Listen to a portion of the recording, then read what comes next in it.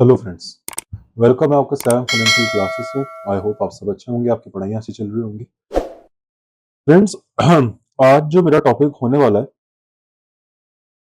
Limitation of return on assets होने वाला है। ठीक है, अब हम पढ़ने वाले हैं लिमिटेशंस मतलब डीमेरिट्स रिटर्न ऑन एसेट्स के। अब तक मैंने आपको समझाया कि रिटर्न ऑन एसेट्स क्या होती है ना, इसका बेस पढ़ा है, इसका लॉजिक पढ़ाया कि क्यों ये होती है ना, सब समझाया मैंने। कुछ नहीं होती, बस आप धंधा नहीं करते तो आपके पास पैसा फ्री होता, आप उस पैसे का कहीं एफडी में लगा देते ज्यादा ज्यादा, है ना, या कहीं गोल्ड में इन्वेस्ट कर सकते हैं, कुछ ना कुछ 8 से 9% का ब्याज कमा लेते। लेकिन अगर आप धंधे में लगाओगे तो धंधे में मतलब आप क्या है, एसेट्स में लगाओगे, एसेट्स ही तो खरीदोगे, तो वो एसेट्स आपको फिर कितना पैसा कमा के दे रही है। अब आपका ये जो धंधा है उसके लिए एक उसकी एक लायबिलिटी है बेटा। क्या लायबिलिटी है? जो आप रिटर्न बैठे बैठे कमा रहे थे वो आपको कमा के देगा ही, क्योंकि वो तो उसको कमा के देना पड़ेगा, वरना आप उसको छोड़ोगे नहीं। साथ में उसके ऊपर कमा के देना पड़ेगा, क्योंकि अगर वो बस उतना ही कमा के जितना दे रहा है जितना आप बैठे बैठे कमा रहे हो, फिर तो कोई फायदा हुआ नहीं ना बेटा धंधा करने का, इतना फालतू टाइम पास करने का, है ना। तो ये था। अब इसकी कुछ लिमिटेशंस पे आ जाते हैं बेटा। लिमिटेशन जो इसकी है ना, ये बहुत ही ज्यादा इंपॉर्टेंट है। मैं ज्यादातर आपको लिमिटेशंस कराता हूं, लेकिन वो कुछ कुछ जगहों पे मैं आपको बोलता हूं कि इन टॉपिक्स की लिमिटेशन बहुत इंपॉर्टेंट है। रीजन है, ऐसे में हर ऑल्टरनेट अटेम्प्ट कि मैं अगर बोलूं 2 अटेम्प्ट के बाद हर अटेम्प्ट में बेटा ऐसे के अंदर एक ना एक लिमिटेशन वो पूछ ही लेता है। आर ओ ए की बताओ लिमिटेशन क्या है। किसी ना किसी में पूछेगा, या तो एमसीक्यू विंडो के अंदर पूछेगा, आपको 4 ऑप्शंस बता देगा, बताओ इसके अंदर कौन सा मोस्ट लाइकली एक लिमिटेशन है, लेस लाइकली एक लिमिटेशन नहीं है, ऐसा बोलेगा वो आपको। नहीं बोलेगा एमसीक्यू में, तो ऐसे में तो 100% पूछ लेगा कि एटलीस्ट 2 लिमिटेशंस आरओए की बताओ। वो आपको बतानी पड़ेंगी बेटा। और बहुत ही टेक्निकल लिमिटेशन है इसकी, कोई ऐसी वैसी लिमिटेशन नहीं है। मतलब सिंपल लिमिटेशन बस पढ़ ली नहीं, एक ग्रेट एनालिसिस चाहिए इसका लिमिटेशन समझने के लिए। तो मैं आप लोगों के लिए एक वो लिमिटेशन लेके आया हूं और आपको समझाऊंगा। अगर आप ये लिमिटेशंस पढ़ लेते हैं, ठीक है, तो आपको बहुत ज्यादा हेल्पफुल होगा। चलिए, पहला limitation, ignores the impact of financial leverage. देखिए, आपको इस ऐसे मुझे देखने की जरूरत नहीं है कि सर ये फाइनेंशियल लेवरेज कुछ नया नया सा लग रहा है। ये उन लोगों को नया लग रहा है जो पहले ही इस मेरी पहली क्लास, मतलब इसी क्लास को बेटा पहली क्लास समझ के आ गए हैं। देखिए, ये मेरी कोई पहली क्लास नहीं है। मैं ऑलरेडी आपको पहले और बहुत सारे लेक्चर्स डिलीवर कर चुका हूं। अभी हम चल रहे हैं प्रॉफिटेबिलिटी रेशियोज। प्रॉफिटेबिलिटी रेशियोज में भी मैंने आपको मार्जिन रेशियोज करा दिए, ये हमारे रिटर्न रेशियोज चल रहा है। इसके बाद ये भी जब खत्म हो जाएगा, मैं सीधा मार्केट रेशियोज पर उतर जाऊंगा, जो कि हमारा लास्ट सेट ऑफ रेशियोज है। ठीक है, तो चैप्टर ऑल अब एंड होने को आ ही गया बेटा। और अगर आप सीधा इसी क्लास में प्रकट हो गए हैं, मेरे पास लेक्चर अब तक देखे ही नहीं, तो ये आपका बहुत बड़ा लॉस है। मैं आपको ऑलरेडी फाइनेंशियल लेवरेज समझा चुका हूं। अगर किसी स्टूडेंट को फाइनेंशियल लेवरेज आता भी है तो भी मैं उसको यह रिकमेंड करूंगा वो मेरा लेक्चर जरूर देखे, क्योंकि उसके अंदर मैंने कुछ ऐसी ऐसी बातें बता रखी हैं जो शायद आपको पता ही ना हो। सीधी बात है। चलिए, तो फाइनेंशियल ये पॉइंट समझने के लिए आपके पास फाइनेंशियल लेवरेज की नॉलेज पहले होनी चाहिए, तभी आप इसको देखिएगा। ठीक है, तभी मैं आपको बार बार बोलता हूं कि मेरी क्लासेस जो है ना हमेशा सिक्वेंशियल वाइज देखनी। जिस ऑर्डर में मैंने आपको बोला है उसी ऑर्डर में आपको देखनी। ऐसा नहीं आपने एक लेक्चर मिस कर दिया, यार लालच आ रहा है, ये टॉपिक नहीं, ये टॉपिक तो बोर सा लग रहा है, हम नहीं पढ़ रहे, अगले टॉपिक में आ गए। बेटा आप बहुत बड़ा लॉस करेंगे, क्योंकि वो जो लॉजिक मैंने उस क्लास में बता दिया होगा ना, वो मैं अगली क्लास में रिपीट नहीं करूंगा। अब आप बोलोगे सर ये पता नहीं क्या बोल दिए। बेटर यही आप एक सीक्वेंस फॉलो करिए। देखिए, सीएमए यूएसए अगर आपको पार करना है तो आपको इतना तो बेटा करना ही पड़ेगा, इतना तो करना पड़ेगा। ठीक है, चलिए, फाइनेंशियल लेवरेज अगर मैं वन वर्ड में बोलूं, पहले लेवरेज का मतलब समझ लेते हैं। लेवरेज मतलब रिस्क लेके, पहले एक आप एक रिस्क ले लेंगे। रिस्क लेने मेरा मतलब है रिस्क, मैंने वर्ड ये बोला है रिस्क। आप एक रिस्क ले लेंगे, अब चाहे वो कोई भी हो। अब यहाँ पे फाइनेंशियल, अभी मैंने मैंने बोला फाइनेंशियल वर्ड नहीं बोल रहा, अभी मैं सिर्फ कह रहा हूँ लेवरेज वर्ड क्या होता है, लेवरेज मीनिंग क्या होता है। लेवरेज मतलब आप बस एक रिस्क ले लेंगे, अगर आपको उस रिस्क लेने से कुछ बेनिफिट हो गया, उसको लेवरेज बोलते हैं। देखिए बेटा, रिस्क आप ले रहे हैं, अब रिस्क के 2 चांसेस हैं, 2 प्रोबेबिलिटीज हैं, या तो बेटा आपको लॉस होगा या आपको गेन होगा। अगर लॉस होगा फिर तो उसको लॉस ही बोलेंगे, लेकिन अगर रिस्क लेके गेन हो गया तो हम उसको गेन नहीं बोलेंगे, उसको लेवरेज बोलते हैं कि आपने इस सिचुएशन का एक लेवरेज ले लिया। और सिंपल भाषा में बोलूं, आपको बेटा आपत्ति के अंदर एक आविष्कार करने का एक मौका मिल गया। आपत्ति में आविष्कार मतलब आप एक ऐसी जगह, एक ऐसी सिचुएशन जो बड़ी रिस्की लग रही थी, लोगों को लग रहा था इस सिचुएशन में हमारा कुछ हो नहीं सकता, इसके अंदर कुछ नहीं हो सकता, लेकिन एक बंदा आया जिसने उसके अंदर अपॉर्चुनिटी ढूंढ ली। अपॉर्चुनिटी ढूंढ ली। जब पूरी दुनिया कह रही है नहीं नहीं ये चीज नहीं हो सकती, फॉर एग्जाम्पल हेनरी फोर्ड का एग्जाम्पल अगर मैं लूं, हेनरी फोर्ड बेटा उस टाइम क्योंकि इंडस्ट्रियलाइजेशन का दौर था, पोस्ट वर्ल्ड वॉर अभी सिस्टम चल रहा था, ठीक है, पहला वर्ल्ड वॉर का सिस्टम अभी एंड ही हुआ था, तो वहां पे अभी इंडस्ट्रियलाइजेशन इतनी बूम पे चल रही थी, लेकिन लोगों को कुछ भरोसा था नहीं इंडस्ट्रियलाइजेशन पे, और गाड़ियों का तो कोई सोच ही नहीं सकता था। तो वहां पे हेनरी फोर्ड ने वहां लोगों को, जहां लोगों को बिल्कुल ना के बराबर चल रहा था सिस्टम, उसने एक विजन लेके आया, उसको लगा नहीं नहीं ये एक ऐसी अपॉर्चुनिटी है जहां पे कुछ हो सकता है। इसे कहते हैं लेवरेज ले लेना उस सिचुएशन का। जहां बाकी लोग भाग गए, उनको कुछ दिखा ही नहीं, किसी के पास आंख होगी देखने के लिए, उसने देख लिया और उसने उस चीज का, उस सिचुएशन का लेवरेज ले लिया। इसी को ही बोलते हैं बेटा लेवरेज ले लेना, मतलब बिल्कुल सीधी भाषा, रिस्क लेके बेनिफिट अगर आपको मिल गया। अब इसको फाइनेंस के एंगल से कैसे बोलते हैं? फाइनेंस में अगर आपने फाइनेंस के अंदर कुछ रिस्क ले लिया, फाइनेंस के अंदर कुछ रिस्क लेने ना क्या होता है, अभी मैं बताऊंगा वो क्या होता है। आपने कुछ फाइनेंस के अंदर रिस्क ले लिया और उसको रिस्क लेने से आपको बेनिफिट मिल गया। देखिए धंधे के अंदर फाइनेंस में तो रिस्क लेने को क्या बोलते हैं बेटा? लोन लेना। ये एक one of the most financial risk है किसी भी कॉर्पोरेट, किसी कंपनी के लिए, इनफैक्ट मैन्युफैक्चरिंग के लिए। बेटा loan is a very risky thing, क्योंकि आप किसी थर्ड पार्टी से पैसा ले रहे हो उधार पे। वो आपने पैसा ले तो लिया, लेकिन वो पैसा आपका अपना तो है नहीं। आपको आपको क्या लगता है, बैंक से पैसा लेते हो आप उसको रख लोगे और आप सोचोगे ये मेरा पैसा हो गया। उस पर वो जब भी पैसा आता है एक टैग के साथ आता है कि ये तेरा नहीं है, तुझे इस ड्यू डेट पे लौटाना है, तो आपकी ऑब्लिगेशन है, आपकी लाइबिलिटीज है, लाइबिलिटी हो जाती है ना कि मुझे पैसा इन फ्यूचर डेट पे, इस मेच्योरिटी पे उतार देना है, ड्यू डेट का दे देना है उसका पैसा। तो ये एक रिस्क है। क्यों रिस्क है? देखिए जब आप किसी से, बैंक से, फाइनेंशियल इंस्टीट्यूशन से लोन लेते हैं, कॉर्पोरेट की बात कर रहा हूं, वो लोन कॉवेनेंट्स के साथ आपको लोन मिलता है। लोन कॉवेनेंट्स मतलब बिल्कुल देसी भाषा में बात करूं तो लोन एग्रीमेंट होता है। आप जैसे पर्सनल लोन अपने आपने कभी लिया, आप पर्सनल लोन लेके आ रहे हैं, तो अब बैंक आपसे बहुत सारे साइन करा लेता है बेटा, ठीक है, साइन करा लेता है। वो जो साइन करा लेता है ना, उसमें वो टीएनसी लिखा होता है, टर्म्स एंड कंडीशंस बोलते हैं, उसी को ही हम कॉवेनेंट्स बोलते हैं। कॉवेनेंट्स मतलब ये कॉवेनेंट बन गया आपके बीच में और एक क्या कहते हैं उसको, कॉर्पोरेट और आपके बीच में कवर्नेंट बन गया। कवर्नेंट अगर मैं बिल्कुल और देसी भाषा में अगर मैं समझाऊं तो कवर्नेंट मतलब कुछ कंडीशंस बन गए, आप दोनों के बीच में वाचा सेट हो गई है, वाचा बन गई है, ठीक है। अब आप अब आप और आपका बैंक उसी टर्म्स एंड कंडीशंस में काम करने के लिए वचनबद्ध हो गया बेटा, सीधी बात है, इसको ऐसा समझो, ये कवर्नेंट होता है।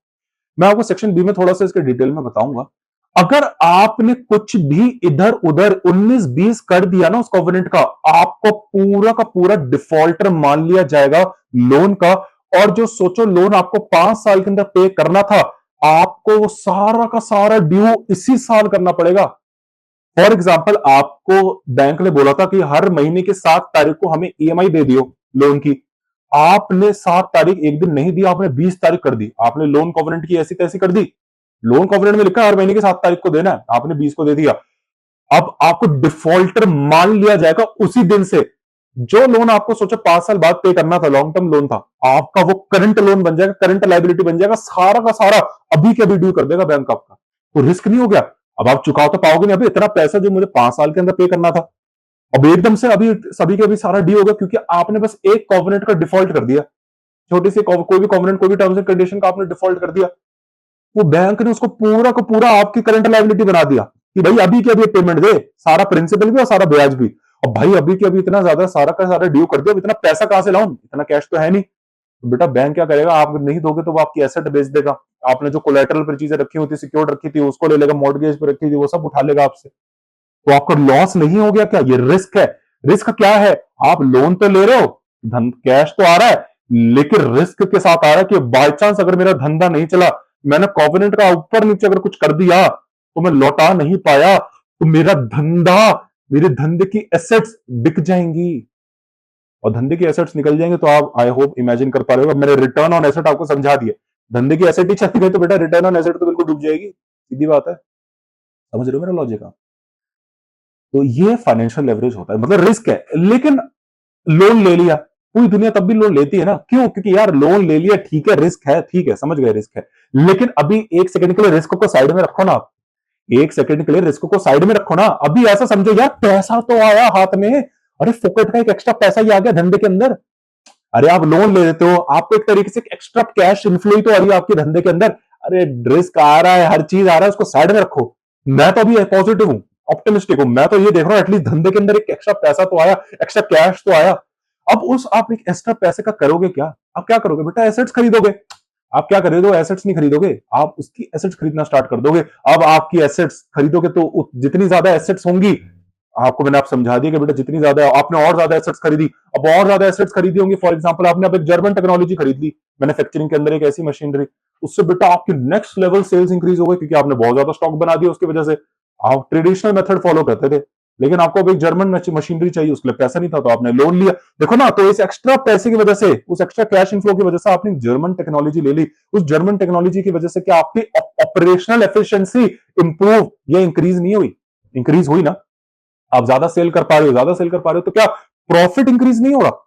प्रॉफिट इंक्रीज हो रहा है। तो आपका एसेट बेस बढ़ा। अरे आपने लोन लिया, अब लोन लिया, मेरी बात समझो बड़े ध्यान से, मैं आपको धीरे धीरे इस टॉपिक पे पॉइंट पे लेके आ रहा हूं। आपने लोन लिया, उस लोन के अमाउंट से आपने एसेट ली, तो आपका डिनोमिनेटर में एसेट का बेस बढ़ गया, है ना। और साथ में एसेट का बेस बढ़ा तो ज्यादा एसेट हुई, ज्यादा एसेट हुई तो बेटा ज्यादा एसेट यूटिलाइज हो रही है ऑपरेशन के अंदर। अब ज्यादा एसेट यूटिलाइज हो रही है ऑपरेशन के अंदर, तो उनसे और ज्यादा नेट प्रॉफिट जनरेट होगा। उनसे और ज्यादा नेट प्रॉफिट जनरेट होगा या नहीं होगा? हाँ। तो आपकी आरओए इंक्रीज नहीं हो रही, इंक्रीज हो रही है। लेकिन अब मुझे एक बात बताओ, ये तो मैंने आपको पीछे की स्टोरी बताई, लेकिन एक बेचारा जो नौसिखिया है, नौसिखिया मतलब ये जो यूजर ऑफ फाइनेंशियल स्टेटमेंट है, वो तो बेचारा बस आरओए कैसे देखता है बेटा? नेट प्रॉफिट निकाल लेगा, एसेट निकाल लेगा। लेकिन पीछे एक बैकग्राउंड एक्टर था जो इस आरओए बढ़ाने में मदद कर रहा था। एक पीछे बैकग्राउंड में एक एक्टर था बेटा, जो इस चीजों को चलाने में मदद कर रहा था। फॉर एग्जांपल आप जो पिक्चर देख रहे हो वो तो आपको दिखाई जा रही है, पीछे एक क्रू है पूरी की पूरी इन्वॉल्व है, जो उसको आपको ऑन स्क्रीन लाने में मदद कर रही है। वो आपको दिखती नहीं है, उनका वहां पे कंट्रीब्यूशन है। ऐसी ही बैकग्राउंड में किसी और का भी कंट्रीब्यूशन है, जो एक यूजर को नहीं दिख रहा बेचारे, क्योंकि बेचारे यूजर तो बस एक नेट प्रॉफिट निकाल लेगा, एक पीएनएल से उठा के, बैलेंस शीट से टोटल एसेट्स एवरेज उठा लेगा और सोचेगा देखो इन दोनों की वजह से आरओए बढ़ गई। नहीं, आरओए वो एक कैरेक्टर को भूल गया जिसकी वजह से आरओए बढ़ी, वो है फाइनेंशियल लेवरेज की वजह से। अगर सोचो वो लोन लेता ही नहीं तो एक्स्ट्रा पैसा आता ही नहीं, एक्स्ट्रा पैसा आता ही नहीं तो वो एसेट खरीद ही नहीं पाता, एसेट ही नहीं खरीद पाता तो एसेट का बेस ही नहीं बढ़ पाता, एसेट का बेस ही नहीं बढ़ पाता तो ऑपरेशनल एफिशिएंसी इंक्रीज ही नहीं होती, ऑपरेशनल एफिशिएंसी इंक्रीज नहीं होती तो नेट प्रॉफिट इंक्रीज नहीं होता। तो बस उस लोन लेने की वजह से मेरी आरओए इंक्रीज हो गई, लेकिन आरओए के अंदर लोन को कोई भी क्रेडिट नहीं दिया गया, हाँ कि भाई तेरी वजह से हुआ, कुछ क्रेडिट नहीं दिया, खुद ही खा गए आरओए दोनों के दोनों, नेट प्रॉफिट और एसेट अपना क्रेडिट कि हम दोनों की वजह से बढ़ा। इन दोनों को किसने बढ़ाने में मदद करी थी? जिसने अपना बलिदान दिया बेटा वो है फाइनेंशियल लेवरेज, लेकिन उसका बेटा आज तक नाम नहीं आया। अनसंग हीरो है ये, उसका नाम ही नहीं आया बेचारे का, फाइनेंशियल लेवरेज। इसलिए इसका बहुत बड़ा एक लिमिटेशन है, ignores the impact of financial leverage. मैंने आपको बहुत ज्यादा डिटेल में पढ़ा दिया, ऐसे लिखा नहीं है। समझ रहे हो बेटा, लॉजिक से मैंने आपको पढ़ाया, देखो आप खुद समझो ना। एसेट का बेस बढ़ाने में मदद करी बेचारे ने, लेकिन उसको कहां क्रेडिट मिला? कहीं दिखा रहा है के अंदर? नहीं दिखता। तो ये दिक्कत कर देता है एनालिसिस में। कभी कभी मैनेजमेंट अकाउंटेंट चूक जाते हैं, सॉरी यूजर चूक जाते हैं, वो बेचारे गलत पकड़ लेंगे कि भाई देखो एसेट की वजह से बढ़ा होगा, लेकिन वो ये नहीं समझते कि एसेट एक्चुअली क्यों बढ़ा। सोर्स तक जाना है, यही मैनेजमेंट अकाउंटिंग का काम। ROI uses total assets in his denominator, which are funded by both debt and equity। बेटा आपकी बैलेंस शीट में ये एसेट है, मैंने आपको पहले ही समझाया एसेट्स क्या होते हैं, यूजेस ऑफ फंड होते हैं। लेकिन ये यूजेस ऑफ फंड मतलब आपने पहले इन फंड्स का कहीं ना कहीं से जुगाड़ा होगा ना, आपने इन फंड्स को कहीं ना कहीं से जुगाड़ा होगा। कहां से जुगाड़ा होगा? सोर्सेस ऑफ फंड से।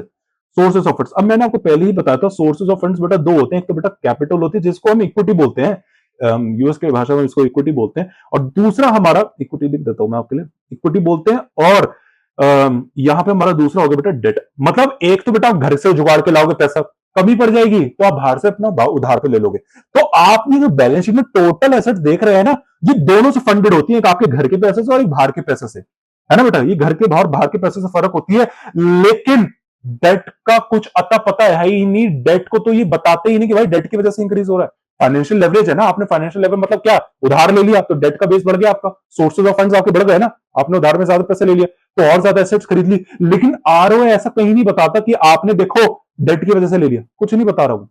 ये दिक्कत हो जाती है बेटा, इसलिए ठीक है।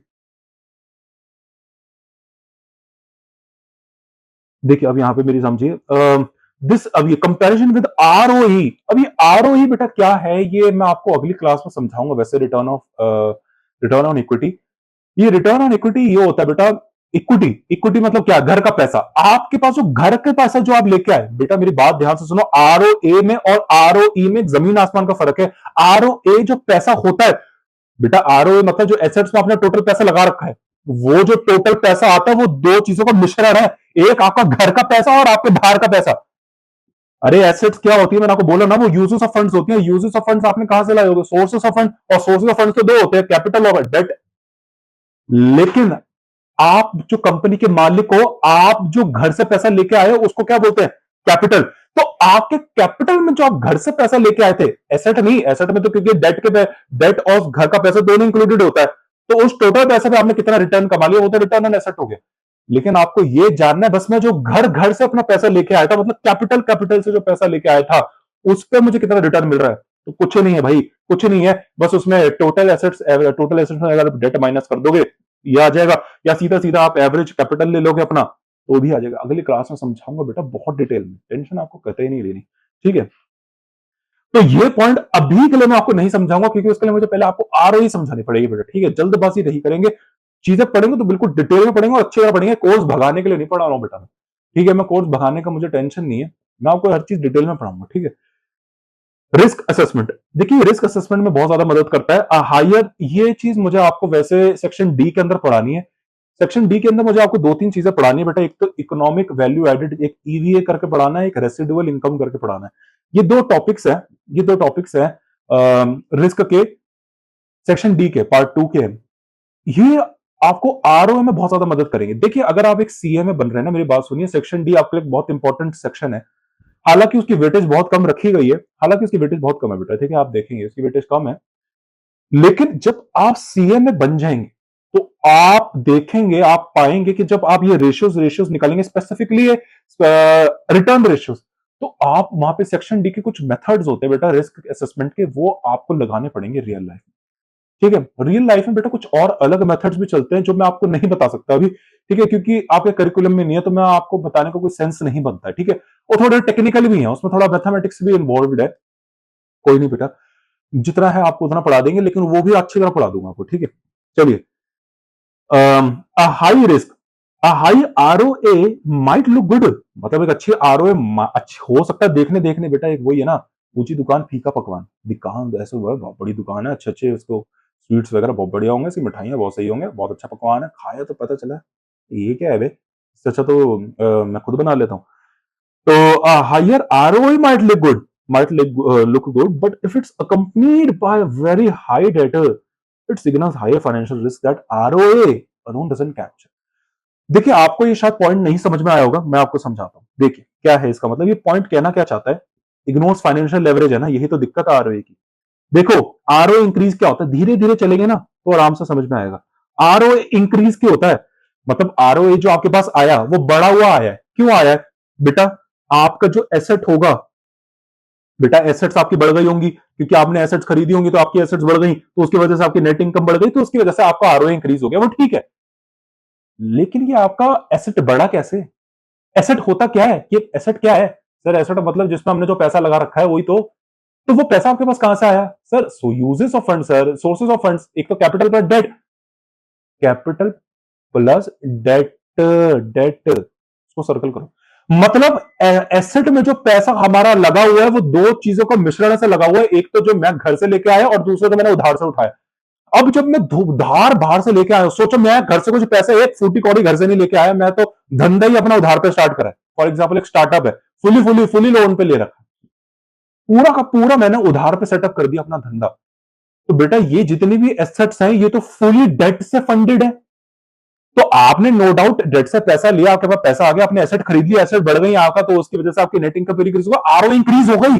लेकिन आपकी बेटा ध्यान से सुनो, आरओए जो ये इंक्रीज हुई है ना, ये एट अ कॉस्ट आई है सर, मतलब आपकी आरओ ये जो बड़ी है ये एट अ कॉस्ट है। ये कौन सी? ब्याज की। बेटा रेडी हो जाना ब्याज पे करने के लिए।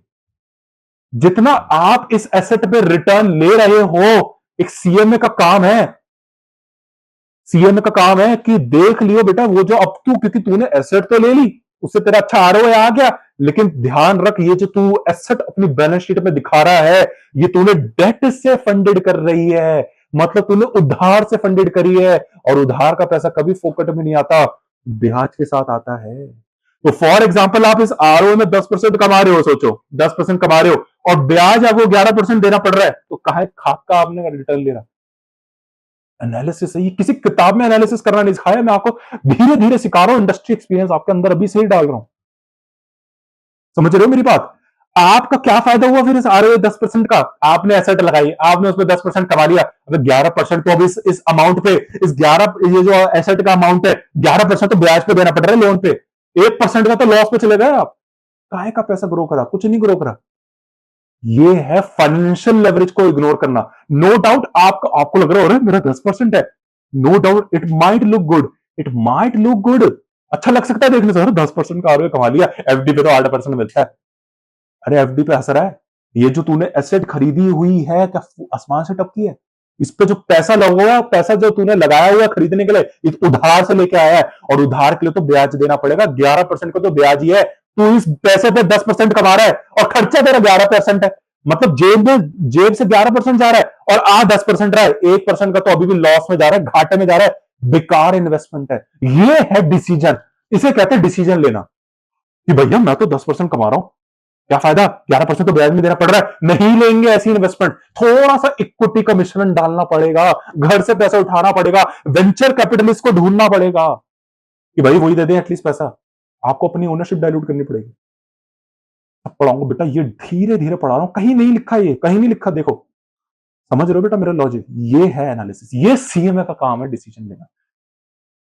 आपको लग रहा होगा एफडी से तो सर अच्छा ही कमा रहा है, एफडी से तो ठीक है, लेकिन 11% तो ब्याज लोन पे देना पड़ रहा है, क्या फायदा हुआ?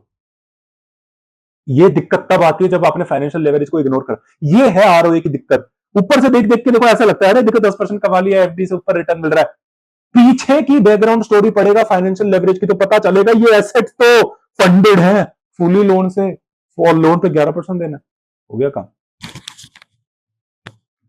चलिए बेटा, दूसरा, susceptible, susceptible to accounting methods and accounting valuation, very important. ये जितने भी बेटा मैं लिमिटेशंस आपके पास लिख के आओ ना, ये रियल लाइफ लिमिटेशंस है, ऐसी कोई लिमिटेशन थ्योरी क्लास में समझ लेना इसको, रियल लाइफ लिमिटेशन है।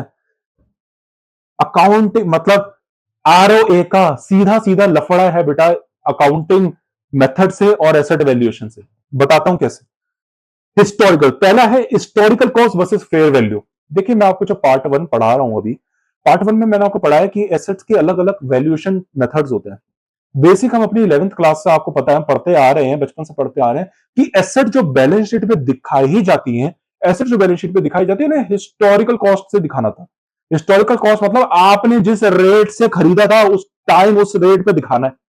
लेकिन मुझे एक बात बताओ, आपने बाबदम जमाने में बेटा वो एसेट खरीदी $1,00,000 की, अब आज अगर वही मशीनरी अगर आप खरीद के आओगे, क्या वो अभी भी $1,00,000 की मिलेगी, या आप सोचो फॉर एग्जाम्पल $2,00,000 की मिल रही है, $2,00,000 की मिल रही है, लेकिन आपने किस पे दिखा रखा है, $1,00,000 की। तो आज की, वर्ड मेरा सुनना जो मैं बोलने वाला हूं, आज की इन्फ्लेशन के हिसाब से, आज की इन्फ्लेशन के हिसाब से अगर वो एसेट आप खरीद के आओगे तो $2,00,000 आपको खर्चने पड़ेंगे। लेकिन बैलेंस शीट तो पता नहीं कौन से जमाने की चल रही है कि आपने अभी भी दिखा रखा है $1,00,000 की है एसेट, वैल्यू इसकी $1,00,000 की है। हंसेंगे लोग आप पे। इसलिए कहता हूं फाइनेंशियल अकाउंटेंट को मैनेजमेंट अकाउंटेंट सीरियसली नहीं लेते। मैनेजमेंट अकाउंटेंट बेटा फाइनेंशियल अकाउंटिंग इसलिए ही नहीं देखते क्योंकि उनको पता है ये जो एसेट दिखा रखी है बैलेंस शीट के अंदर, ये तो झूठी एसेट है, ऐसी इसकी कोई वैल्यू ही नहीं है। मार्केट में अगर हम इस एसेट को देखेंगे, खरीद के आएंगे, तो इसकी तो वैल्यू ही है, हमें दिखा रखी है अभी भी बादल जमाने की।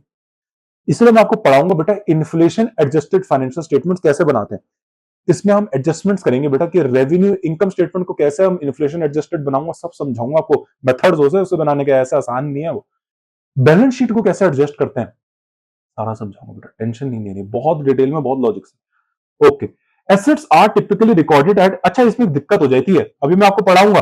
देखिए क्योंकि आप पुराने बाबादम जमाने की एसेट दिखा रहे हैं, तो इससे क्या है बेटा, आप एक्चुअली अपनी बैलेंस शीट में एसेट्स को अंडर वैल्यू कर रहे हैं।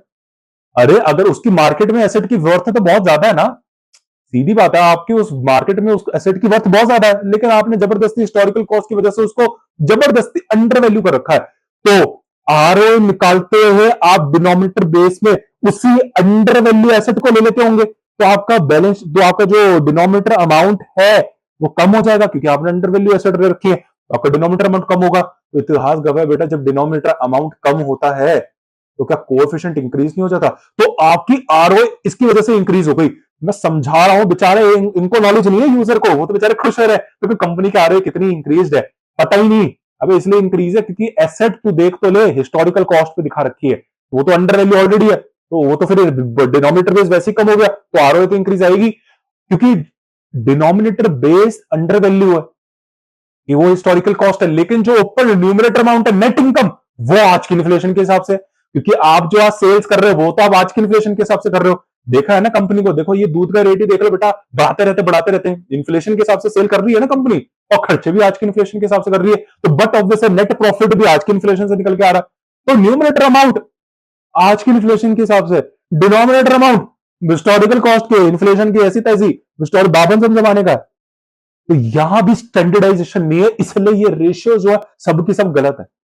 ये इन्फ्लेशन एडजस्टेड नहीं है, लेकिन मैनेजमेंट अकाउंटेंट इसे ही कहते हैं इंटीग्रेटेड रिपोर्ट। जब मैं आप देखेंगे किसी मैनेजमेंट रिपोर्ट, वो जब भी अपनी रेशियोज निकालता है ना, एक इन्वेस्टर जो बेटा रेशियोज निकालता है और एक जो मैनेजमेंट अकाउंटेंट रेशियो निकालता है, उसमें जमीन आसमान का फर्क है, क्योंकि जो मैनेजमेंट अकाउंटेंट रेशियो निकालता है ना बेटा, वो इन्फ्लेशन एडजस्टेड फाइनेंशियल स्टेटमेंट्स की निकालता है। इसे ही कंसेप्ट दुनिया में बना वैक का, weighted average cost of capital, उन्होंने ही बनाया कंसेप्ट। लेकिन फाइनेंशियल अकाउंटिंग थोड़ी ना लेता वैक का कोई कंसेप्ट, वो नहीं लेता।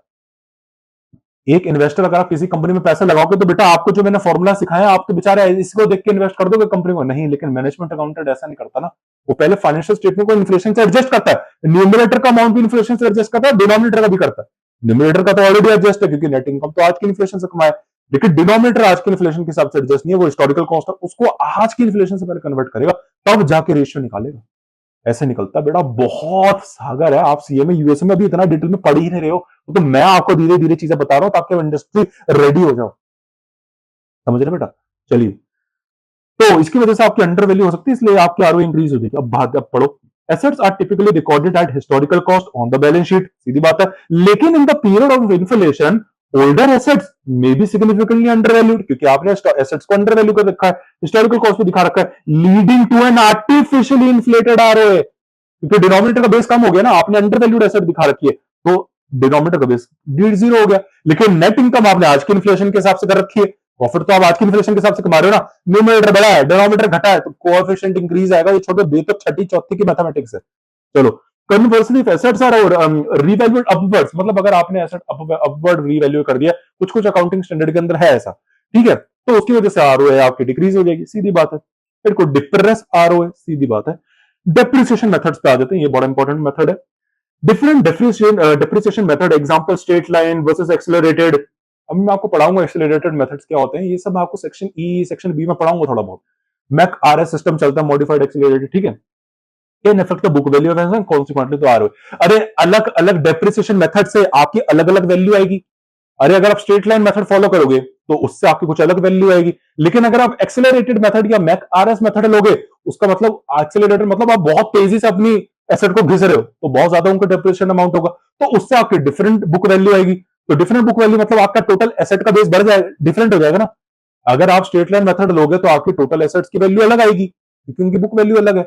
अगर आप दूसरे डेप्रिसिएशन मेथड फॉलो कर रहे हो तो उससे आपकी डब्ल्यूडीवी सॉरी क्या कहते हैं बुक वैल्यू अलग आएगी, तो मतलब वही एसेट्स का बेस उससे डिफरेंट आ जाएगा। तो डिफरेंट डिफरेंट डेप्रिसिएशन मेथड से आपके डिफरेंट डिफरेंट एसेट्स बेस आ जाएंगे, तो उनसे आपकी अलग अलग रेशियोज आ जाएगी। तो ये है बेटा, ये कि ये लिमिटेशन है डिफरेंट, इसलिए कहता हूं डेप्रिसिएशन मेथड्स की वजह से देखो उल्टा सीधा हो रहा है सारा, इसलिए देखा दिक्कत हो रही है।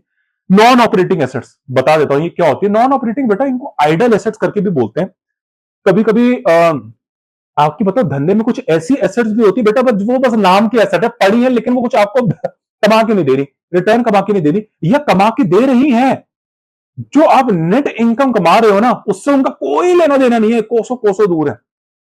अभी मैंने आपको फंडा क्या समझाया, आपने एसेट्स, ये आपके एसेट्स में आपने पैसा लगा रखा और ये आपने एसेट्स यूज करिए, उन्हें एसेट को यूज करके आपने नेट इनकम कमा लिया। लेकिन हम बताओ इसमें आयरनी क्या है, इन टोटल, ये तो टोटल एसेट्स लेते हैं हम तो, लेकिन टोटल एसेट के अंदर कुछ ऐसी भी एसेट आ जाती है जो झूठी या बिल्कुल साइलेंट स्लीपिंग एसेट्स होती हैं। स्लीपिंग एसेट मतलब वो पूरे टाइम सो रही होती हैं, उनका 1% का कॉन्ट्रीब्यूशन नहीं होता इस नेट इनकम को कमाने के लिए। तो आप बोलो सर इसको इंक्लूड क्यों कर रहे हो, क्योंकि ये रेशियो जिसने बनाई है उसने टोटल एसेट्स ले रखा है। अब टोटल एसेट्स ले रखा है तो अब हमें उन सोते हुए एसेट्स को भी गिनना पड़ेगा। अब है तो एसेट ही ना बेटा, तो उनको गिनना पड़ेगा। तो ये दिक्कत हो गई। अब वो लेकिन उनका कोई कोसों कोसों दूर है, उन्होंने कुछ कंट्रीब्यूट नहीं करा नेट इनकम में कमाने के लिए, लेकिन जबरदस्ती लेना पड़ रहा है। तो झूठा एनालिसिस आ रहा है, झूठा एनालिसिस आ रहा है।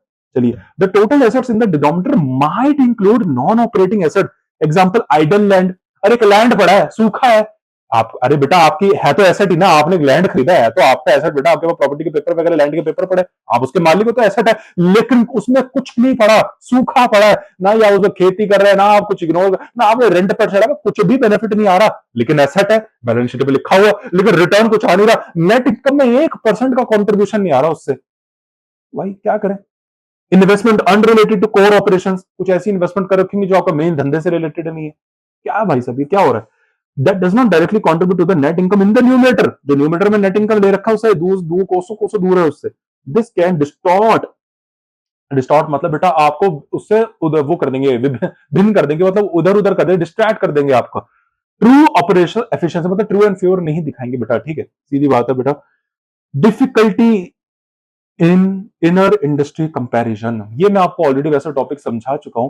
देखिए आरओए जो होती है ना, बस वो आप अपने से ही कंपेयर कर सकते हो ज्यादातर, या अपने सेम इंडस्ट्री को, सेम पीयर जो होगा, फॉर एग्जांपल एक फार्मा कंपनी अपने ही फार्मा फार्मा वालों से कंपेयर करेगी।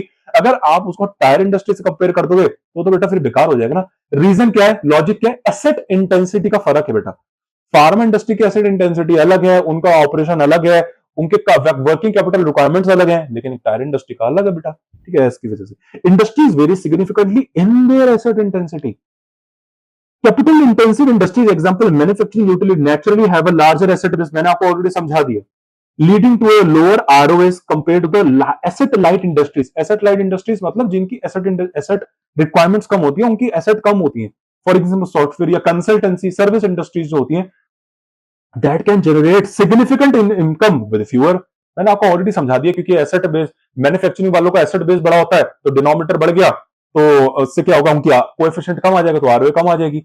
अब सॉफ्टवेयर या कंसल्टेंसी फर्म है, तो क्योंकि उनकी एसेट इंटेंसिटी कम है तो डिनोमिनेटर कम हो गया तो कोएफिशिएंट इंक्रीज हो जाएगा, तो उनकी आरओए इंक्रीज हो जाएगी। लेकिन इसका मतलब ये नहीं है उसकी मैन्युफैक्चरिंग की आरओए कम है तो वो बेकार है, ऐसा नहीं। ये एक लिमिटेशन है, देखा, ये लिमिटेशन है, मैथमेटिक्स के केमिकल लोचे की वजह से ऐसा हो गया। बेचारा मैथमेटिक्स के लपेटे में आ गया, अरे मैथमेटिक्स का लपेटा आ गया ना, स्टेटिस्टिक्स का लपेटा आ गया। डिनोमिनेटर कम होगा तो फिर वो तो कोएफिशिएंट को नीचे चले जाएगा, लेकिन इसका मतलब ये नहीं आरओए जिसकी कम है वो बेकार है। वो तो बेचारे के एसेट बेस बढ़ गया इसलिए बेचारे के आरओए कम आ गई, लेकिन ऐसा होता थोड़ी ना। लेकिन एक लिमिटेशन है, क्या करें। मीनिंगलेस कंपैरिजन, मीनिंगलेस कंपैरिजन, आपने फार्मा फार्मा की आरओए को टायर की आरओए से कंपेयर कर ली, मीनिंगलेस है। नहीं, आप क्या निकालना चाहते हो, है रबड़ का और उसका फार्मास्यूटिकल से क्या है कंपैरिजन, सीधी बात है। Comparing the ROA of a manufacturing firm with that of a consultancy firm, एक मैन्युफैक्चरिंग को आप एक सर्विस से कंपेयर करो, क्या निकल के आएगा, क्या निष्कर्ष निकल के आएगा, would be misleading due to fundamental differences in the business model but of business and asset structure. CMA emphasizes comparing companies with the same industry or against the industry benchmark। बेटा सीधा सीधा लॉजिक है, आपको इसी की तो training दे रखी होती है। मैंने आपको पहले ही बोला, मैनेजमेंट अकाउंटेंट्स को पहली ही जो चीज पढ़ा दी होती है वो स्टैंडर्डाइजेशन पढ़ा दी होती है। आप कोई भी नोट्स मेंटेन कर रहे हैं, कहां भी मेंटेन कर रहे हैं, सॉफ्ट कॉपी कर रहे हैं या अपने रजिस्टर में मेंटेन कर रहे हैं, पहले पेज में ये जो मैं आपको इंपॉर्टेंट बातें बोलता हूं वो लिख जरूर लेना, ठीक है। चौथा लिमिटेशन है, do not consider the time value of money. देखिए टाइम वैल्यू ऑफ मनी को आरओए कंसिडर नहीं करता, सीधी बात है, मैंने आपको पहले ही समझाया, क्योंकि आपने ये जो बैलेंस शीट के अंदर एसेट डाल रखी है, एसेट इनको आपने अंडर वैल्यू कर रखा है, लेकिन जो न्यूमरेटर में नेट इनकम है वो तो आप आज के इन्फ्लेशन के हिसाब से कमा रहे हो, तो ये टाइम वैल्यू को कंसिडर नहीं करता, इन्फ्लेशन को कंसिडर नहीं करता आपका ये asset. Like many traditional accounting ratios, RO is based on historical financial It provides a snapshot of performance. It does not explicitly amount for the time value of money when evaluating the returns from asset acquiring at different point in time or over varying investment horizon.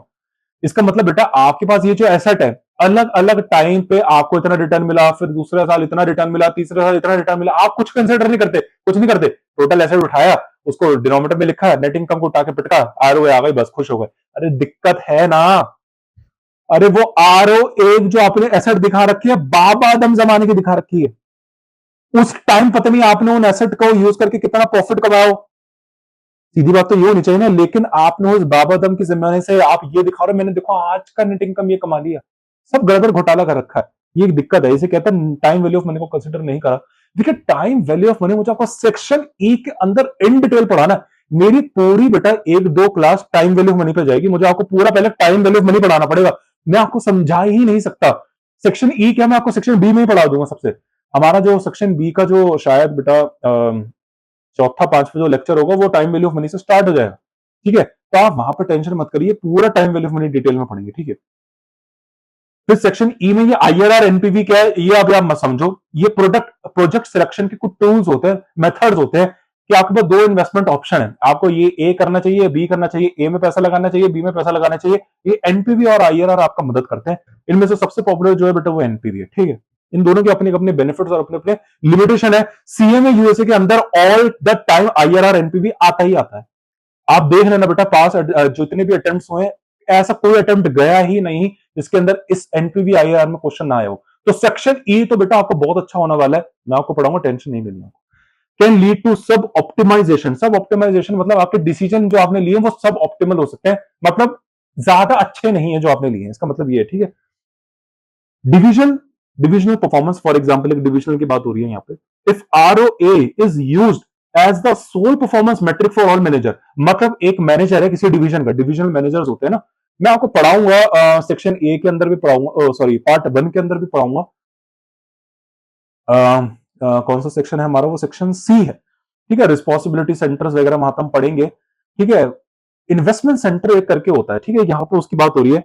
Investment centre में है ना कुछ manager, एक investment आपका centre है ना, उसका division है, उसका जो मैनेजर है इन्वेस्टमेंट का, अगर वो आरओए को लेके डिसाइड करता है कि हमको ये इन्वेस्टमेंट करनी चाहिए नहीं करनी चाहिए, तो एक दिक्कत हो सकती है। वो क्या दिक्कत हो सकती है, अब ये देखो। It can sometimes lead to suboptimal decision for the overall company's perspective. For example, a divisional manager might reject a profitable investment that would benefit the company as a whole if that investment ROA is lower than the divisional current average ROA, even if it's still above the company's hurdle rate. मैं बताता हूँ, ये आपको शायद समझ में नहीं आया होगा। देखिए मैं ये क्या कहना चाहता है, उसके पास बताओ एक दो ऑप्शन थे, एक इन्वेस्टमेंट ऑप्शन ये था और एक अभी जो वो काम कर रहा है। अरे अभी जो धंधे में काम कर रहे हैं, धंधा भी तो एक इन्वेस्टमेंट ही है। तो ये मतलब डिवीजन, ये डिवीजन हो गया जहां पे अभी उनका पैसा लगा हुआ है। अब डिविजनल मैनेजर है, वो कह रहा है, उसके बाद 2 ऑप्शन है, या तो जो अभी वो डिवीजन काम कर रहा है, मतलब जो उनका ऑपरेशन चल रहा है, या तो वो ये करते रहे, कंटिन्यू करे, या तो इसको बंद करें, इसमें से पैसा निकाले और एक ए के अंदर इन्वेस्टमेंट निकाल लें, इस इन्वेस्टमेंट कर दे। अब क्योंकि हमारे क्वेश्चन में साफ साफ बोला है कि वो आरओए को ही as a sole metric use करता है, तो आपके मन के अंदर सवाल आ रहा होगा, सर सोल मेट्रिक मतलब और भी कुछ मेट्रिक्स होते हैं, और भी कुछ मेथड होते हैं क्या? अरे ये तो रे जो मैंने अभी आपको पढ़ाया, एनपीवी हो गया, आईआरआर हो गया, और भी कुछ है, और भी कुछ है जो आपके सिलेबस से शायद बाहर है बेटा, आपके सिलेबस के बाहर है, आपको पढ़ाना मुझे जरूरी नहीं है, लेकिन मैं आपको सेक्शन ई के अंदर पढ़ाऊंगा, ठीक है। तो अभी आप यहां पे ध्यान दो, हमें यहाँ पे साफ साफ वो क्योंकि कह रहे हैं ना used as a sole metric लिखा है, तो वो आरओए को क्योंकि सोल मैट्रिक लेगा तो वो क्या करेगा, पहले इसकी आरओए निकालेगा कि भाई इसमें कितना आरओए आएगा हमारा ए इन्वेस्टमेंट के अंदर, और बी के अंदर वो आरओए निकालेगा कि जो अभी मैं काम कर रहा हूं उसके अंदर आरओए क्या है। इन दोनों को जब उसने कंपेयर करा तो बेटा आरओए ऑफ जो ए है वो लोअर है आरओए ऑफ बी। तो उसने क्या करा, क्योंकि वो क्योंकि बेटा वो आरओए को ही क्या as a sole metric use करता है इन्वेस्टमेंट को डिसाइड करने के लिए, तो उसने क्या करा, इसको रिजेक्ट कर दिया और इसको एक्सेप्ट कर लिया। लेकिन अब मेरी बात बड़े ध्यान से सुनो, कंपनी का बताओ एक हर्डल रेट है, यहां पे हमें क्वेश्चन में ये भी लिखा हुआ, कंपनी का जो हर्डल रेट है वो कंपनी का जो हर्डल रेट है वो लेकिन आरओए ऑफ ए से कम है। कंपनी का जो हर्डल रेट है, ये हर्डल रेट क्या है भी अभी मैं बिल्कुल देसी भाषा में बात करूं, सेक्शन ई और सेक्शन बी में मैं आपको डिटेल में पढ़ाऊंगा, लेकिन अभी के लिए आप ऐसा समझो ये इन्फ्लेशन रेट होता है, या ऐसा समझो कंपनी ने जो पैसा उधार पे उठा, कंपनी ने जो अपनी कैपिटल रेज करी है, उस कैपिटल बेटा रेज करी है, बाहर से पैसा उठाया है, तो बेटा फोकट में तो उठाया नहीं होगा, उसकी कॉस्ट होगी, तो उसी को ही बोला जाता है। ठीक है, आप बस अभी ऐसा समझो ये इन्फ्लेशन रेट है, मतलब मार्केट में जो इन्फ्लेशन चल रहा है वो इस ब्याज पे चल रहा है। मार्केट में फॉर एग्जांपल चल रहा है इन्फ्लेशन रेट 10%, हर्डल रेट है कंपनी का 10%, लेकिन आपका ये जो इन्वेस्टमेंट है आरओए का ये है बेटा 15%। तो आप मुझे एक बात बताओ, क्या ये आरओए के अंदर ये जो ए इन्वेस्टमेंट है, अगर इसमें आप पैसा लगाते तो क्या ये आपका इन्फ्लेशन के रेट से ज्यादा ग्रो नहीं हो रहा? हो रहा है। लेकिन आप बोलोगे सर तो क्या दिक्कत हो गई, सर क्या दिक्कत हो गई, आपका आरओए बी तो फिर उससे भी ज्यादा है, हो सकता है सर ये फिर 17% हो, तो ये सर क्या दिक्कत होगी, इसमें लिमिटेशन ऐसा तो कुछ समझ नहीं आ रहा। अरे बेटा दिक्कत हो रही है, तो वो दिक्कत होती है ना, डिविजनल मतलब ये जो काम कर रहा है ऑपरेशंस, मैंने अभी आपको समझाया इनके अंदर बड़ा झोल होता है आरओए।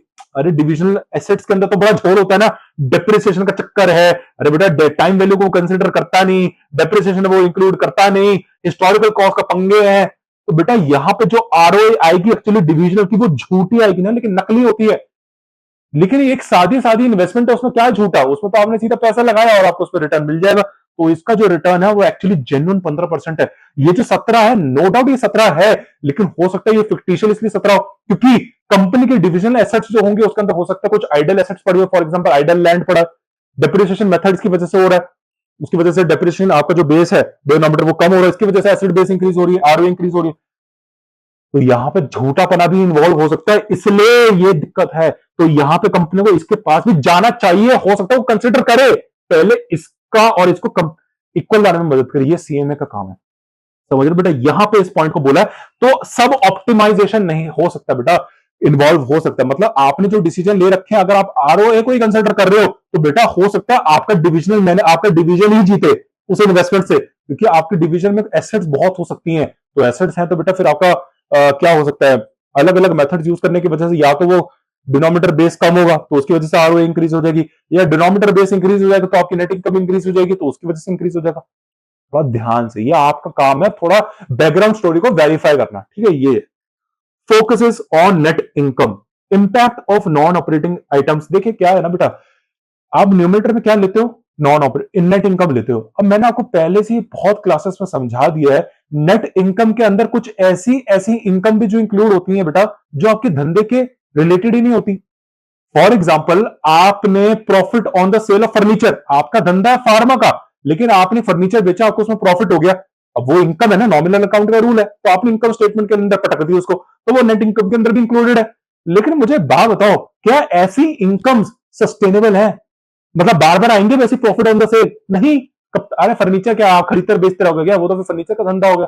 चांस की बात नहीं, फर्नीचर पड़ा था पुराना हो गया, बेच दिया उसको, अब दोबारा हो सकता है ना वो, तो बेटा इस बार तो आपकी फिक्टिशियसली इनकम इंक्रीज हो गई, लेकिन हो सकता है अगले साल आपके पास ऐसी कोई इनकम ही ना हो, ऐसी कोई एसेट ही ना हो बेचने के लिए, तो वो नेट इनकम फिर नीचे आ जाएगी, तो अगले साल आपका आरओए कम हो जाएगा। तो यहां पे जो इंडस्ट्री एक्सपर्ट्स होते हैं, मैनेजमेंट एक्सपर्ट्स होते हैं, पता वो क्या बोलते हैं, गलत है आरओए में नेट इनकम लेना। पता वो क्या रिकमेंड करते हैं, वो ये रिकमेंड करते हैं कि एबिट ले लो, सॉरी एबिट नहीं, ऑपरेटिंग इनकम ले लो, एबिट के अंदर भी क्योंकि नॉन ऑपरेटिंग गेन्स इंक्लूड होते हैं।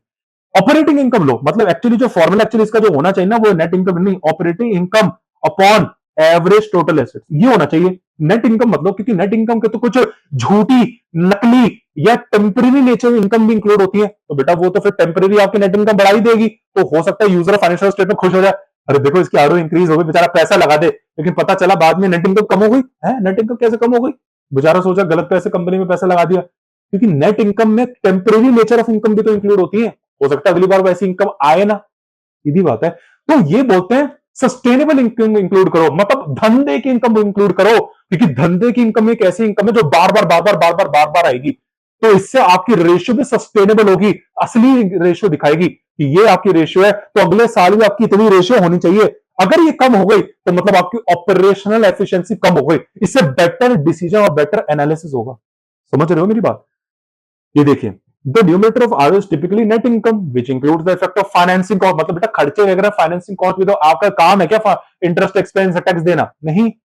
और हर इंडस्ट्री के अलग अलग इंटरेस्ट और अलग अलग टैक्स रेट्स होते हैं, बेटा दिक्कत हो जाती है ना इससे। As well as the non operating gains और losses, this can obscure the underlying operational operating efficiency of the asset. सीधी बात है, मैंने आपको समझाया। ऑल्टरनेटिव आरओए फॉर्मुलास मैंने आपको समझाया, इंडस्ट्री एक्सपर्ट्स ने ये बोला नेट इनकम को हटा के आप ऑपरेटिंग इनकम लिख दो ना। द सीएमए करिकुलम में इंट्रोड्यूस वेरिएशंस, आगे आपके भी सिलेबस में ऐसा डाला जा सकता है, like operating ROA using operating income before interest and taxes in the numerator to get a cleaner view of how well assets are generating core business profit। मैंने आपको पहले ही बताया, जैसे कैश फ्लो स्टेटमेंट के अंदर बेटा आप अपने कैश फ्लो को 3 हिस्सों में बांट देते हो ना, कौन सा?